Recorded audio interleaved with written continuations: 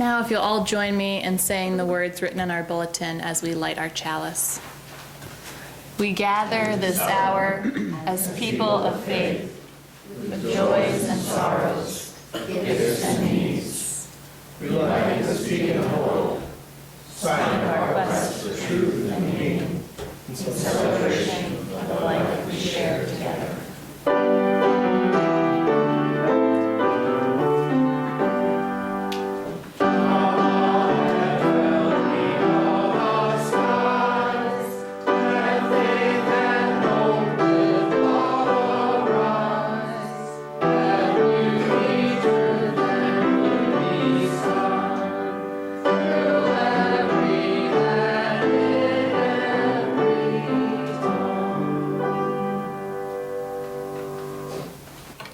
Good morning, friends, and welcome to our annual Memory Tree service.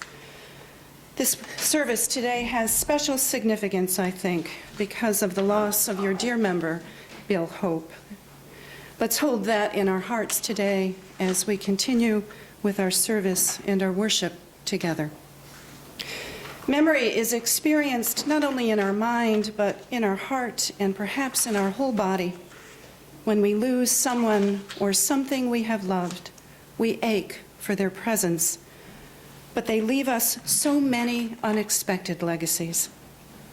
These legacies that are often unnoticed when grief is new, but as time passes and we open to the possibility of our loved one's eternal presence in our lives, we begin to experience these gifts of inheritance. This is what we honor with our service today, the way memory reclaims with us and remains when our loved ones are gone. Quite literally, memory gives them back to us piece by piece in our hearts and in our minds. And the things that help us remember, that too we honor today. We do not remember on our own. No, life does that. Life offers us endless opportunities and reminders all over the place. For instance, the strains of a Beethoven symphony will remind me of my dad. Fresh packed dill pickles will bring my grandmother back into the room, and the song of birds will make me feel as if my mother is sitting right beside me. And so this morning, friends, as a way of beginning, I ask, what is it for you? Take a moment right now to pull that thought into your heart and your mind. Take a moment right now to take hold of those things that help you hold on to that which is lost. That song you both loved to dance to before he died. The story she always asked you to read before you tucked her in bed. The sunsets he always made you stop and pay attention to. That tie he loved that you hated, her laughter that always filled the room. The smell of Old Spice that will forever make it seem as if he's standing by your side. No, of course, it's not the same as having them back whole and in the present, but neither are they completely lost to us. There is solace, great solace, and even joy in knowing that their essence is here, inviting us back and leading us back to them. And so today, through memory, may we pick up those precious pieces, gather them against our hearts, so we can hold and be held by our loved ones once again. Welcome, friends, to our celebration of life, memory, and love, a love that lives on. It's so good to be together once again.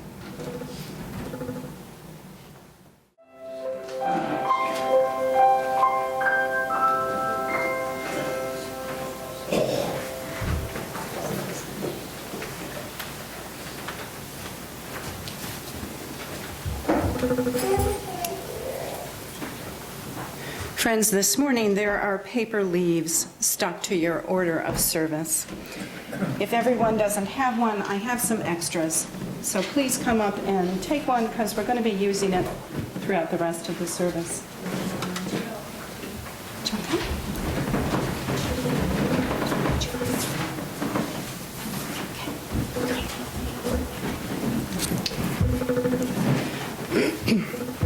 So in a bit, we'll be writing on them, and then we will hang them on these beautiful tree branches. As you remember today what you have lost, let us be reminded that it can be many things. People we love, a home, a pet, a job, a marriage. As we let go of that which we lose, we must also hold on tightly to what is not taken from us. What is left to us is the gift of memory. As we prepare to go into a time of meditation, please settle in and listen to the stories. They may help bring our loved one back to mind and their gift with the centering and the story I'm about to read.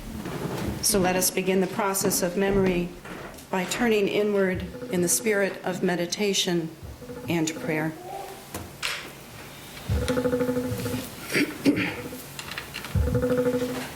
Pete and his dad seldom talked about religion. Mostly they disagreed on the basics, such as whether there was a God or not. Pete learned early on that his dad's faith was private. Well, actually, all his dad's life was private. He was not a talker, and any emotion he ever expressed was subdued and quiet. Pete loved his dad fearlessly. His dad taught him patience and devotion in the way that he cared for Pete's mom, who was often sick. Pete's dad taught him music and a reverence for the outdoors. He couldn't fix a car or build a shed, but he could track a fox in the woods, find a den of pups, and there he'd sit at a safe distance away, watching with his son by his side. When Pete's dad became ill, he was in his late 80s, and he refused treatment.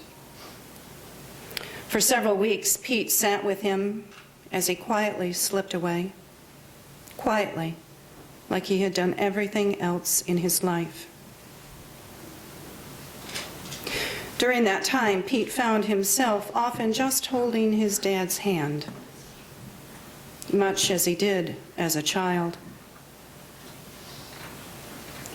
Then one day, after several hours of silence, Pete's dad opened his eyes and said this, "Pete, do you know where the light of the universe comes from?" Well, Pete was puzzled by this question and simply said, "No, Dad. Where?" His dad continues, "You see, Pete, God took all the love he had inside him and tossed it out into the darkness." He was quiet again for quite a long time, and then he said this, "You see, son, wherever I am and wherever you are, we are surrounded by love." Pete tells me that he holds on to that memory, to that image, even now, several years later. It was indeed a great gift. When he misses his dad or when life sends any number of struggles his way, he knows deep in his heart that he is surrounded by love. And in these moments, his dad comes back in bits of memory that are bound by circumstance, a smell, a sound, a moment of silence, or the reach of his own son's hand. Yes, death is permanent. It steals those things we hold so very tightly, as if our own life depended on it. But once we let go, memory floods in as a healing balm, and brings us the rest of the story we continue to tell about how our loved ones live on in us every day. And so this morning, friends, may we let memory work its magic on us, reminding us that while those we loved are gone, their imprint on us remains. They still have the power to make us smile if we let them. And out of love, may that indeed be what we do. With our memories and with each other, let us enter into the sacred space of shared silence.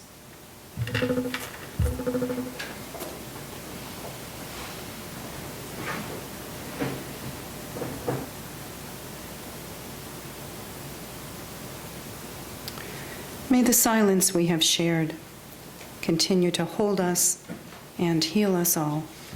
Amen.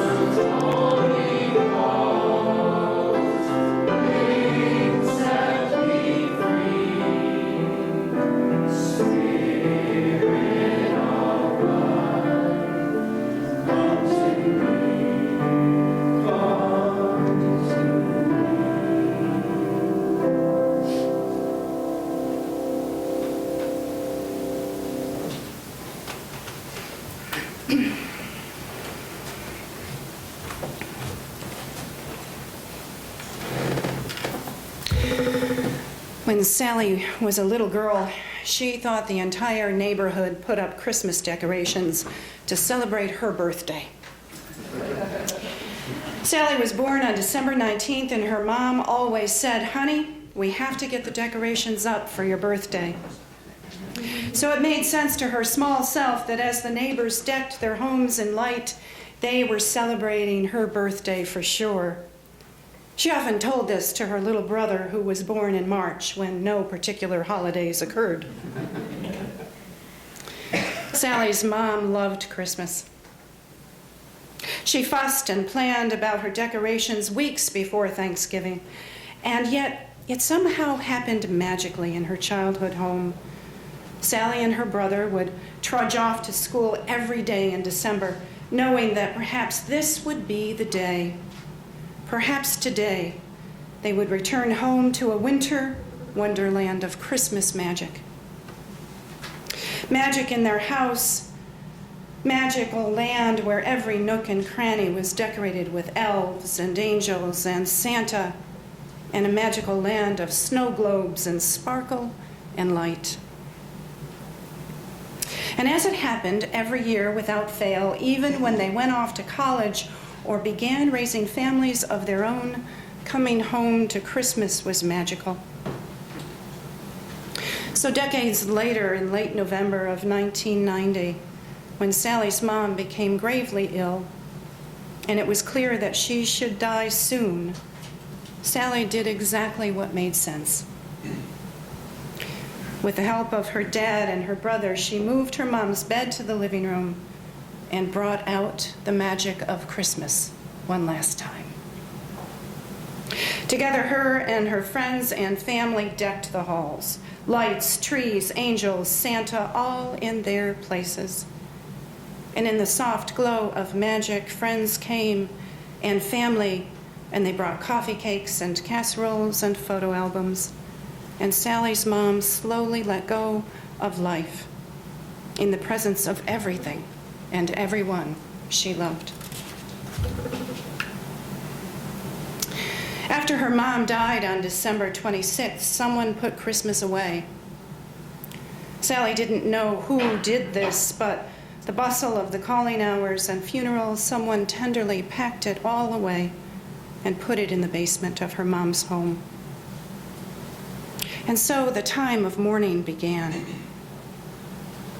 And with the energy of her young children tugging at her life, Sally only had small moments of sorrow.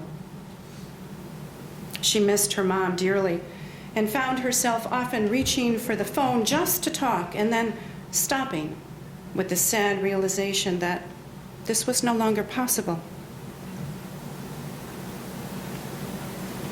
As the year turned cold in October and November, a sadness came over Sally. Her memories of the year before came to fill her empty spaces.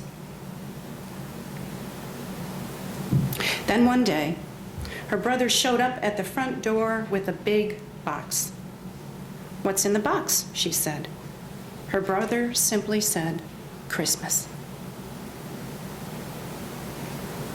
Together they unpacked the box and the 3 others that were in his car, and they sorted and remembered and cried and laughed and claimed their legacy.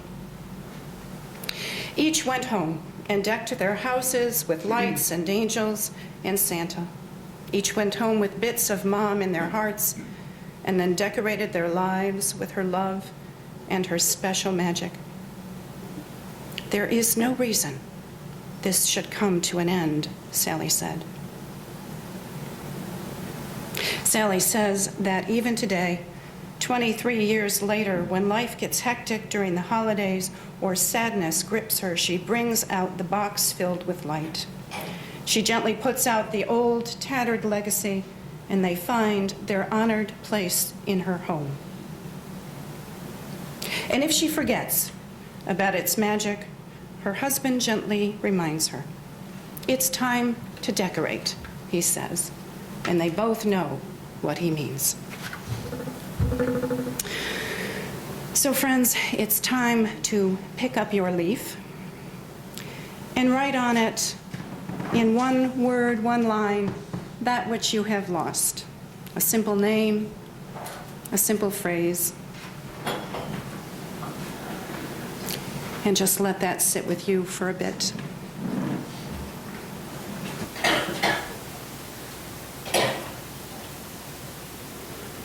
I love that line from Sally. That part of the story where she says, "There is no reason this should come to an end." Yes, some things, some people come to an end, but as we live on, it's all about the overflow, about the way our lives and the lives of our loved ones continue to spill over and sneak back into the land of the living. Sally and her brother have grandchildren now, and they too live in the glow of love that so generously overflowed from Sally's mom.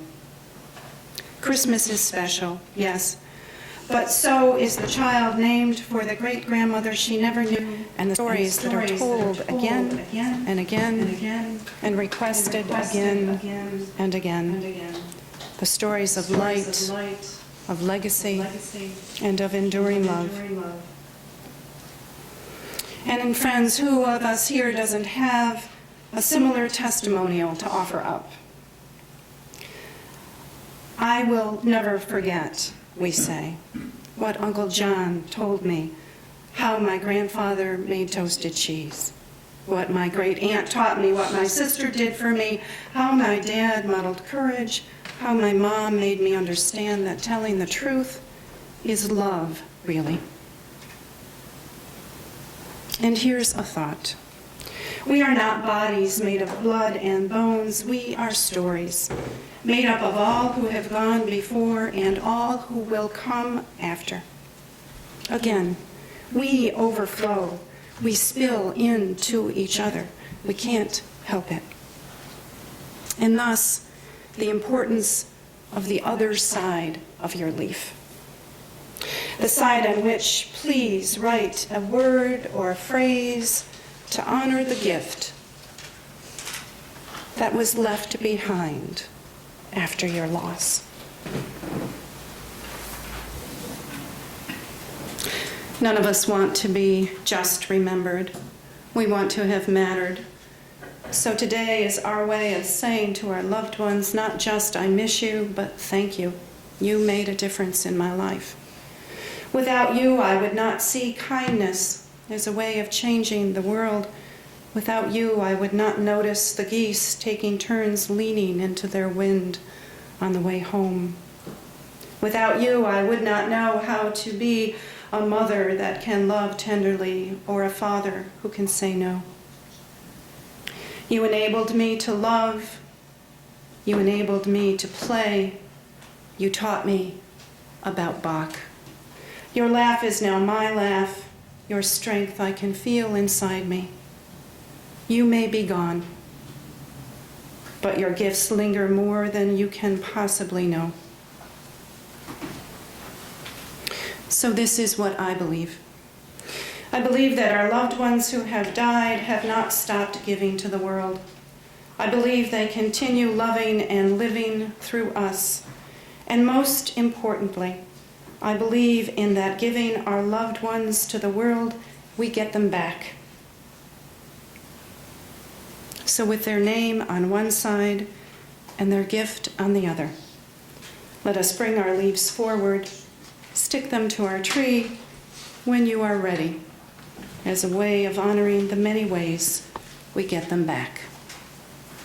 Please come forward when you are ready.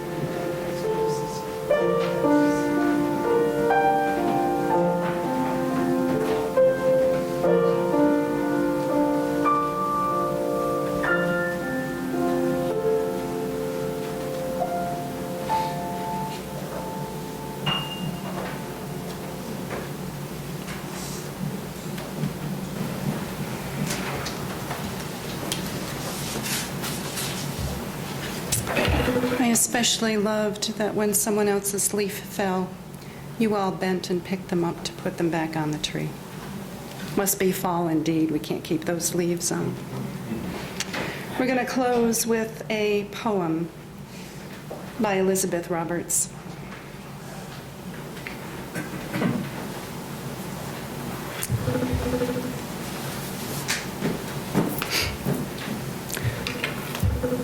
When I die, if you need to weep, cry for your brother or sister walking the street beside you. And when you need me, put your arms around anyone and give them what you need to give me. I want to leave you something better than words or sounds. Look for me in the people I've known or loved, and if you cannot give me away, at least let me live in the gentleness and goodness of your eyes, and not simply in frozen memories of your mind. You can love me most by letting hands touch hands, letting bodies touch bodies, and by holding tight to children who so often need more than we can possibly see. Love doesn't die. People do. So when all that's left of me is love, give me away.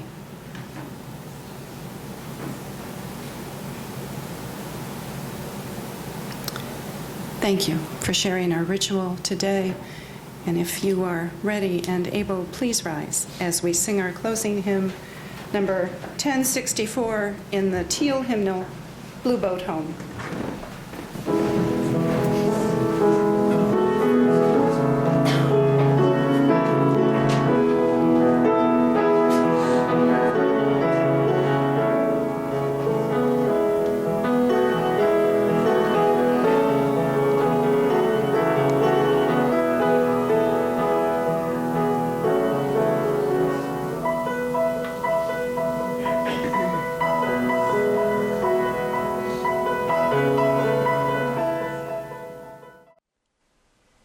Join us for worship every Sunday at 10 a.m.